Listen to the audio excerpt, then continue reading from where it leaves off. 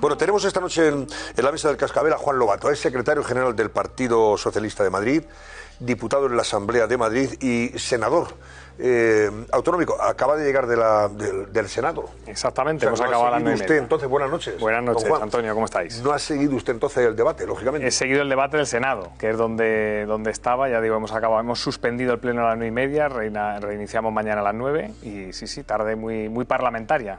¿Le incomoda a usted esto de la amnistía? Bueno, vamos a ver, yo creo que la amnistía, que es una decisión tan compleja como esta, nos incomoda desde el punto de vista que, como la mayoría de las decisiones políticas, tiene elementos potencialmente positivos, yo diría, y elementos negativos.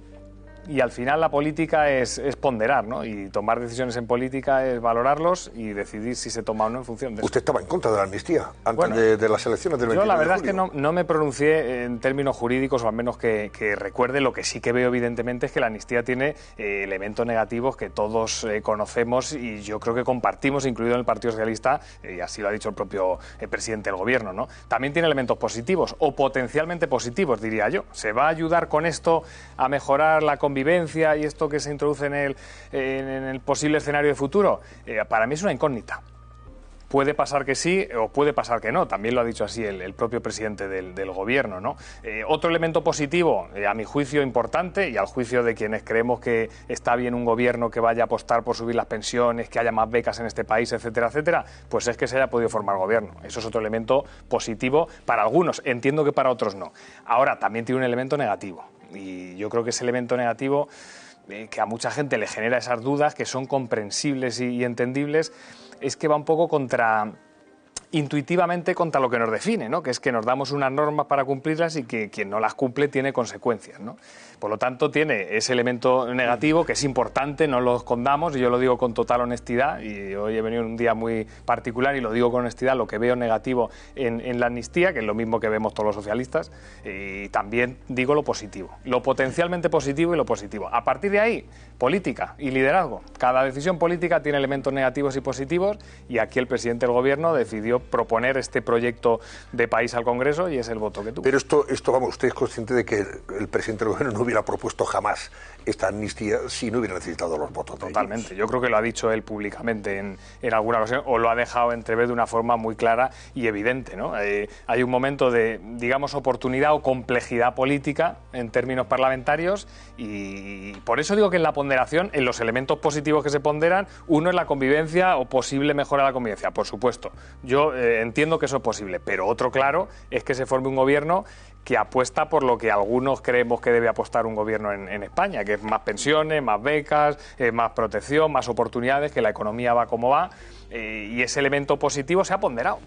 Pero claro, eso es a costa de dinamitar la igualdad de los españoles ante la ley. No estoy de acuerdo.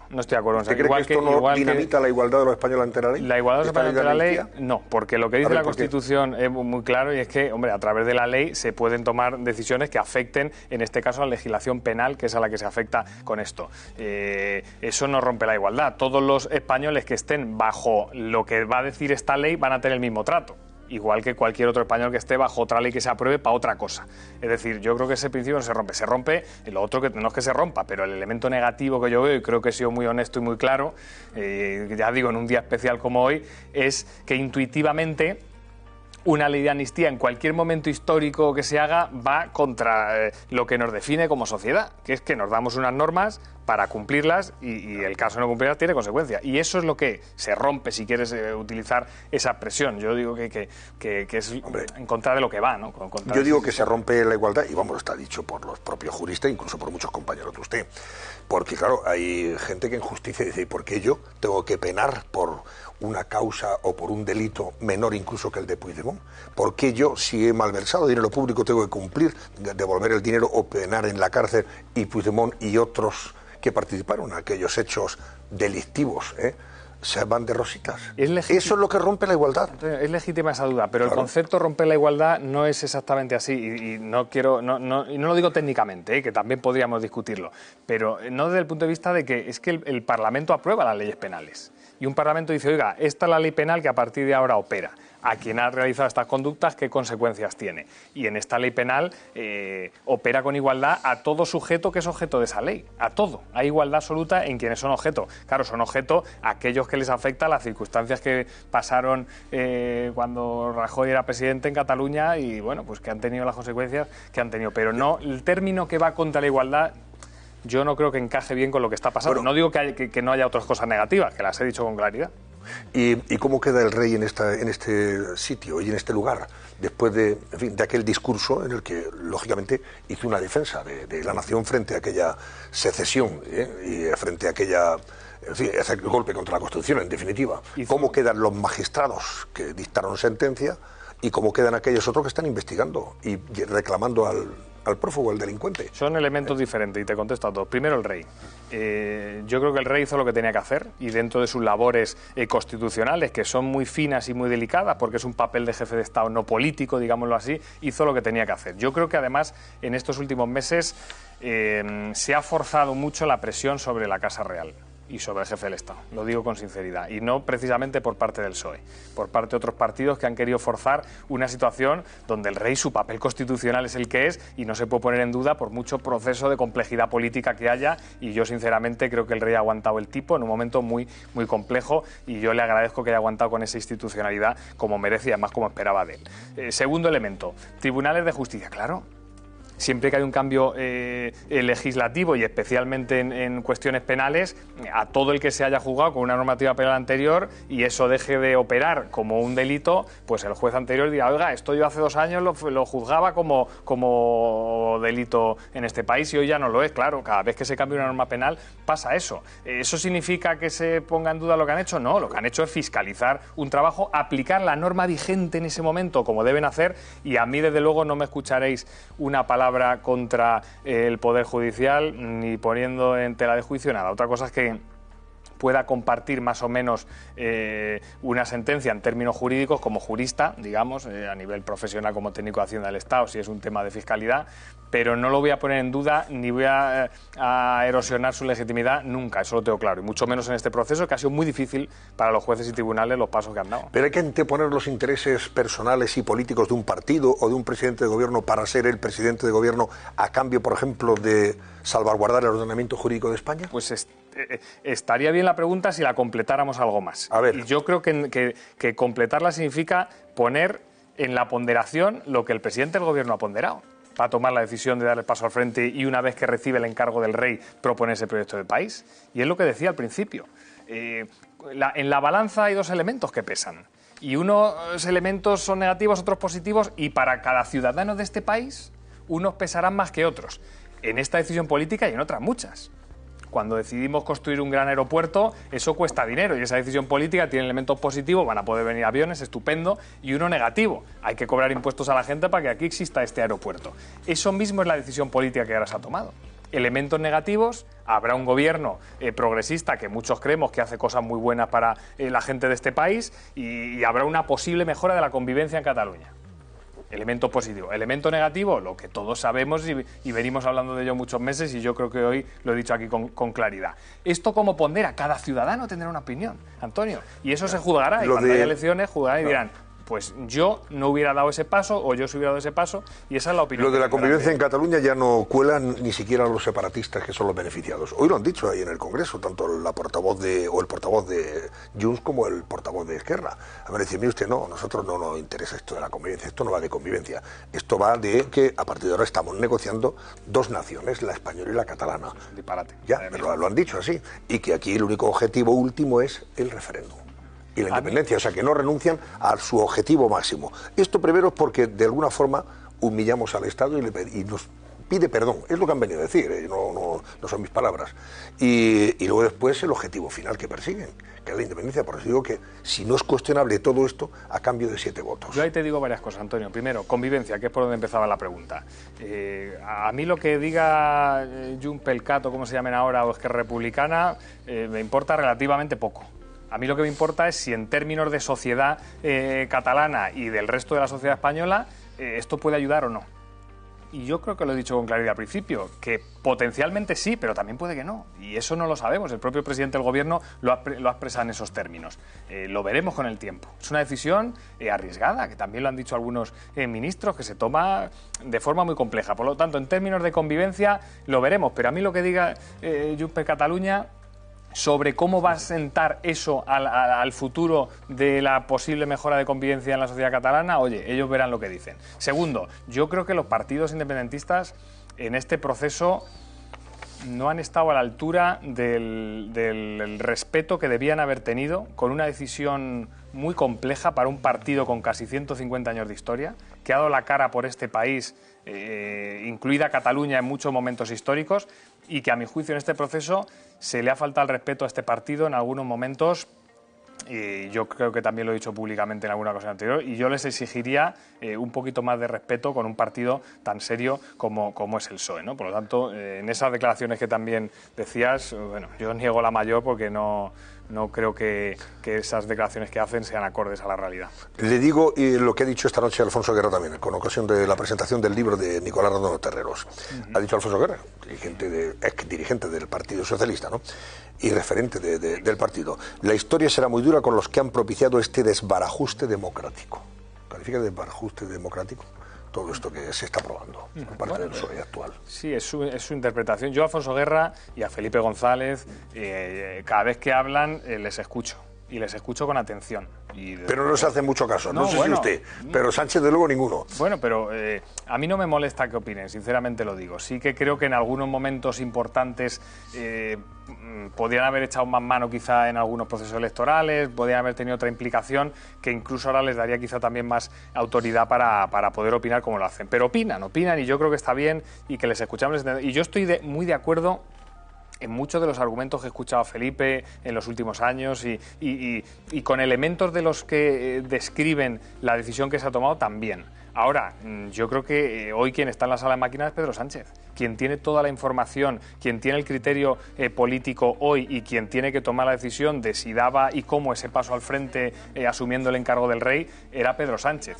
Y lo ha hecho, y desde luego yo respeto que lo haya hecho y apoyo que lo haya hecho, porque este es un partido que, igual que apoyó a Felipe y a Alfonso en momentos muy difíciles, en decisiones muy complejas, que se pueden comparar con la actual, también creo que ahora es de recibo apoyarle. Vamos a escuchar el resultado de la votación que ha concluido. Como saben, poquito de silencio. Yo entiendo que todos estamos cansados y cansadas, pero un poquito de silencio y terminamos la votación. Les decía que continuamos con la votación de todos los puntos del orden del día, que como saben se votará por procedimiento electrónico. Votamos la proposición de ley de Vox para la modificación de la Ley Orgánica 10/95 de 23 de noviembre del Código Penal en materia de delitos contra la libertad e indemnidad sexuales. Empezamos la votación.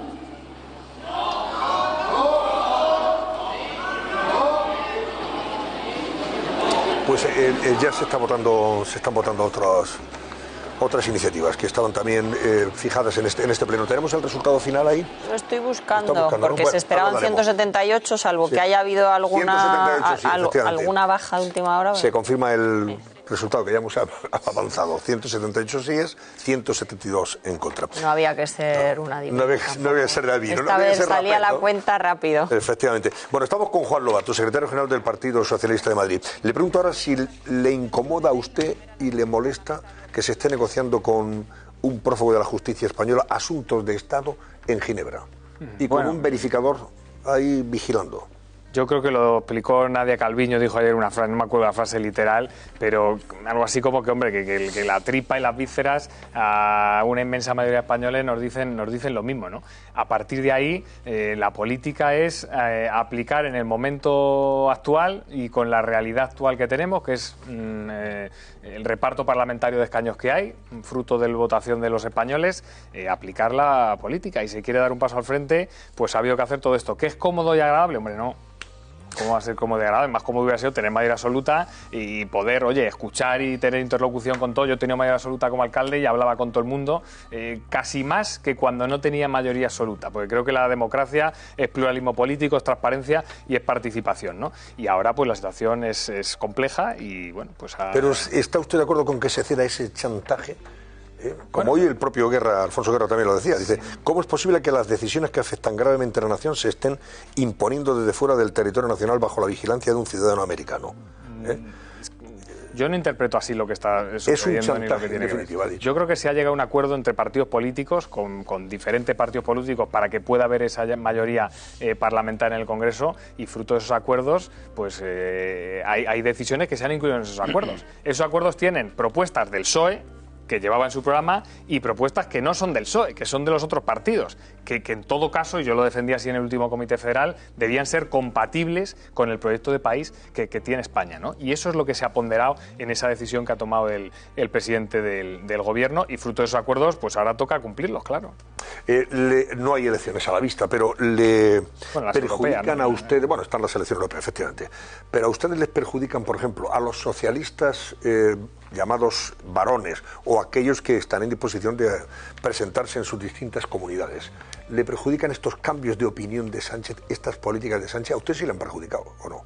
Bueno, yo la verdad es que fui el partido que más subió en las últimas elecciones autonómicas en Madrid. Aquí parece que Ayuso subió mucho. Bueno, el PSOE le recortó a Ayuso 45.000 votos y el PSOE subió más que Más Madrid, subió más que el resto de partidos políticos. El único PSOE que subió más que en Madrid fue en Valencia, que subieron 4 escaños, nosotros 3 en Madrid. Es decir, no te sé interpretar si sin algunas decisiones del Gobierno, en vez de 3 escaños, yo hubiera subido 10 o 12. Es muy difícil esto saberlo, Antonio. Sí que es evidente que para que en Madrid tengamos un proyecto de mayorías y de alternancia democrática como yo creo que merecen los madrileños, tenemos que ser muy serios con nuestro proyecto político para Madrid.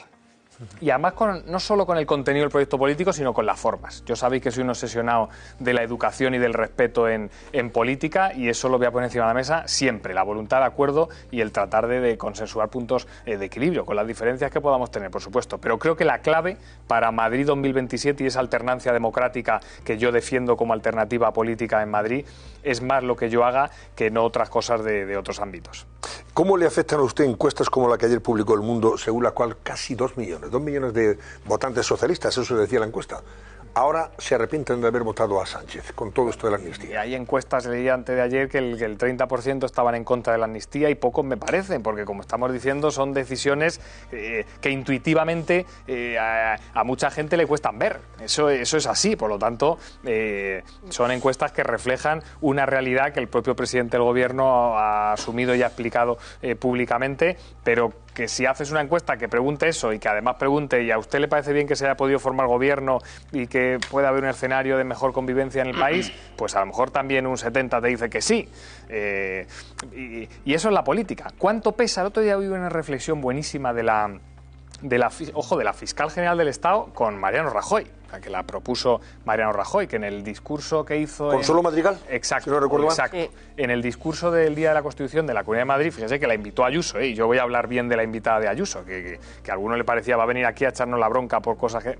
Pues dio un discurso muy bueno en el que habló de las consecuencias jurídico-políticas, no solo de que haya más o menos gente a favor o en contra, sino también de la intensidad del tono favorable o del tono contrario. Y yo esto como alcalde lo he visto muchas veces. Tú puedes poner una plaza de aparcamiento para minusválidos, para personas con movilidad reducida, en un parking de 500 plazas, y bueno, pues la gente puede decir, hombre, pues ya no puedo aparcar tan cerca, pero no molesta mucho, o ponerlo donde hay 3 plazas de aparcamiento que son tal, y ahí molesta más. ¿Cómo ponderas eso en política? Es muy difícil. Por eso es tan importante que los políticos escuchemos tanto, tengamos interlocución y esa sensibilidad, y luego ponderando tomemos decisiones. En este caso, la que estamos hablando hoy durante toda esta entrevista, pues muy compleja. ¿Claro? A ver, Manuel Marín, pregunte usted a don Juan Lobato. ¿Qué tal, señor Lobato? Buenas noches. Vamos a ver, nos ha hablado al principio de aspectos jurídicos que no hemos abordado. No se conoce la textualidad de la ley totalmente o aprobada. Bueno, está el texto ya registrado. Sí, pero bueno, ahora habrá enmiendas. Ha hablado de un aspecto interesante que es el político, con un criterio que ha repetido varias veces, el de la ponderación de la oportunidad política, ¿no? Y que es por 7 escaños. Pero hay un tercer factor que no se tiene en cuenta, del que no estamos hablando, que es el aspecto moral, el aspecto de decencia pública, el aspecto, digamos, del valor de la palabra dada. Usted pertenece a un partido que decía y defendía exactamente lo contrario de lo que dice ahora. Y yo creo que eso es un problema de coherencia. Y además se admite que todo esto es por 7 votos, que si no hubiera sido en estas circunstancias, se hubiera producido de otra manera. Y lo que se está diciendo es que el fin justifica los medios. Mi pregunta es muy sencilla, es decir, desde esa perspectiva moral, incluso de ponderación de intereses políticos, ¿es decente? Quiero decir, ¿es moralmente aceptable que la complejidad política de una situación permita que el fin justifique los medios? ¿Eso es decente en política? El propio valor de la palabra dada, que queda sustituido por otra palabra distinta a la que has dado a tus electores. Es decir, todo vale en democracia. Lo digo porque, desde mi punto de vista, pues esto abre una perspectiva muy, muy delicada en cualquier democracia. Es muy interesante. Porque no es fiable, ¿no? Manuel. Y fíjate que para mí la coherencia es un valor esencial. Y yo trato de ser coherente con lo que pienso, con lo que digo y sobre todo con lo que hago, ¿no?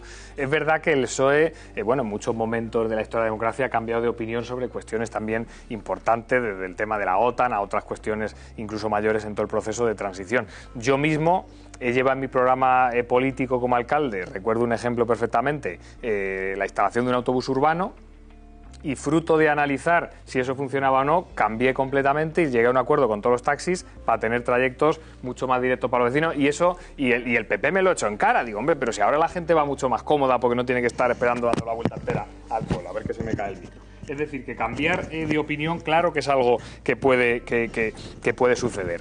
Otra cosa es que la coherencia pues te ayuda a generar credibilidad. En este momento ha habido una situación en la que, como digo, es que la ponderación de las mayorías parlamentarias han hecho que el proyecto que se presente no pueda ser el del PSOE, porque no tenía votos suficientes.